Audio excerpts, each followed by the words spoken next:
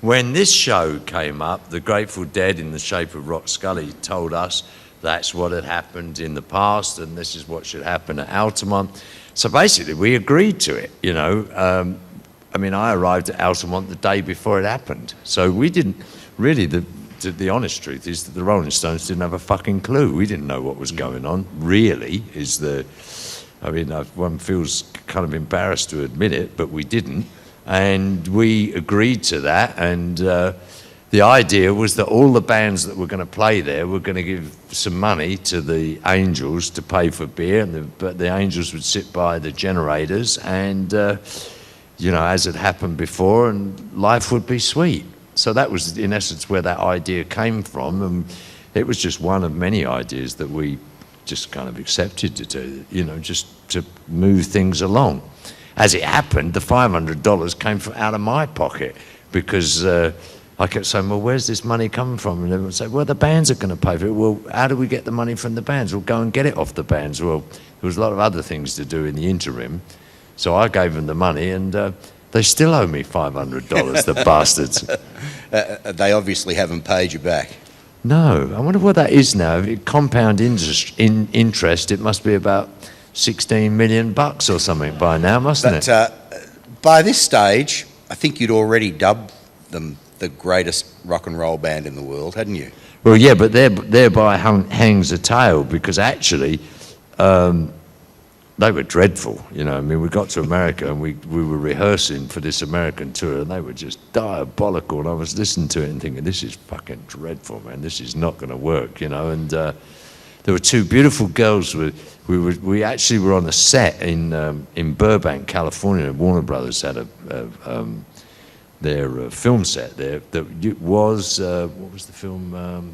They Shoot Horses, don't they? Was the film set for that. It was a kind of giant Chinese kind of dance hall thing, you know. And we were using that for rehearsals, and the two gorgeous girls were watching, them kind of California girls. And I said to them, you know, what do you reckon on this then? You know, is it good? They said, oh yeah, they're the greatest rock and roll band in the world. And I was like, yeah, right, really. Anyway, we flew to the first concert, which was in Colorado, and on the way to the gig, everybody realised that there was no one to introduce the band, and they said, and Mick said, Sam will introduce us, so that'll be all right, he'll do it, you know, no problem. So I said, yeah, I'll do it, and I had to go on stage, and I completely, you know, I hadn't even thought about it. I said, what the fuck am I going to say? So I went out and said, you know, as you do, yeah, the greatest rock and roll band in the world, the Rolling Stones, blah, blah, blah, blah. They played, it was dreadful, and afterwards Mick came off, and the first thing he said was, I want to talk to you. So we kind of hid ourselves in one of the dressing rooms, and he said, man, whatever you do, don't fucking say that, man. Don't call us the greatest rock and roll band in the world, really, you know, it's embarrassing. And I just said to him, well, either you fucking are or you ain't, you know what I mean? What's it going to be? And they immediately went back into rehearsal for 2 weeks and worked their butts off to, you know, make it something decent, which, again, I love about the Rolling Stones. They knew that they were shit, you know, and I was being tongue-in-cheek about it all, and they worked really hard, and whether they became the greatest rock and roll band in the world, I don't know. That's, you know, that's a matter of debate. But anyway, they worked hard, and they managed to get there. We'll see some concert footage from Altamont in a minute, but the lineup was incredible, and I guess the incident and the murder of Meredith Hunter sort of overshadows the fact that people forget what an incredible lineup it was, but despite the fact that the Grateful Dead dropped out and decided that they didn't want to do the show. Well, it was an amazing lineup. I mean, it was the Flying Burrito Brothers, Crosby, Stills, Nash and Young, Santana, Jefferson Airplane, the Grateful Dead, and the Rolling Stones. Not bad. Not a bad show. For a free concert. For a free concert, yeah, right. But it just turned to shit. I mean, I got there on the Friday it was a Saturday show that was supposed to start at 10 o'clock in the morning, and I got there at 4 o'clock on Friday afternoon. There was already 100,000 people there.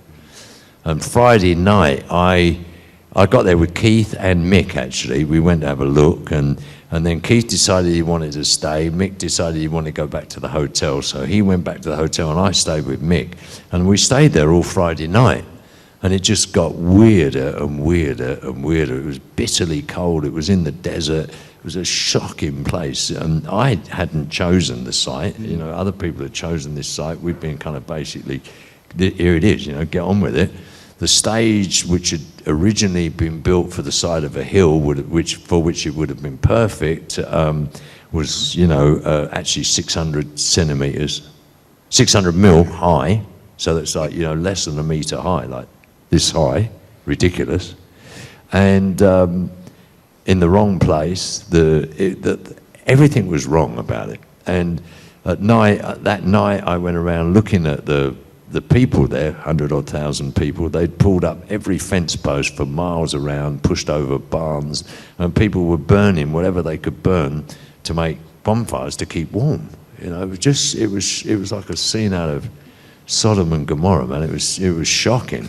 And yeah, we were going to have to play at this place, and the violence was getting worse, and people were on bad drugs and fucked up, and it was a very, very, very scary thing. And that was, you know, before dawn on the day that the concert was due to begin. Not a good sign. And it became this kind of animal thing, you know, where the most powerful, strongest people just took over. It was it was scary. It was freaky. I suppose you don't argue with a Hell's Angel if he's carrying a long stick or club or knife or whatever. But you were carrying a gun, weren't you? I was, yeah. Yeah. Fortunately, you didn't have to use it. Well, yeah, I mean, I'm not the kind of person that would want to ever shoot anyone anyway, really. It was a bizarre thing. It was given to me, actually. Somebody told me, you know, you need a gun, man. This is America. And, you know, in a moment of kind of Roy Rogers kind of cowboy madness, I thought that was what I should do and have, you know. And in a sense, to my eternal shame, I mean, I've been a Buddhist for many years, and the thought of me actually having a gun, that just really fills me with distress in a way. But there you are. It was a very, very, very violent event, and it just got worse. Did you think you would have to use it to protect Mick and the guys in the band? You were worried at one stage? I was concerned about it, and I did. Yeah, I did actually. Yeah, I thought maybe it would come to that, and I just dreaded the thought, to tell you the truth. But who knows? Lucky that, you know, finally it didn't actually eventually come to that, you know, that reality. The Stones actually took the stage. Amazing to think in the light of all these events. We didn't want to, but there was no way we could not do it. You know, there was no escape. We were, you know, in the middle of 350,000 people. You know, you can't just suddenly decide we're going to leave. You know, it would have been impossible. So we knew we had to play. And it was an act of considerable bravery on their part, you know, that by the time they started playing, maybe 1,000 people had been seriously injured.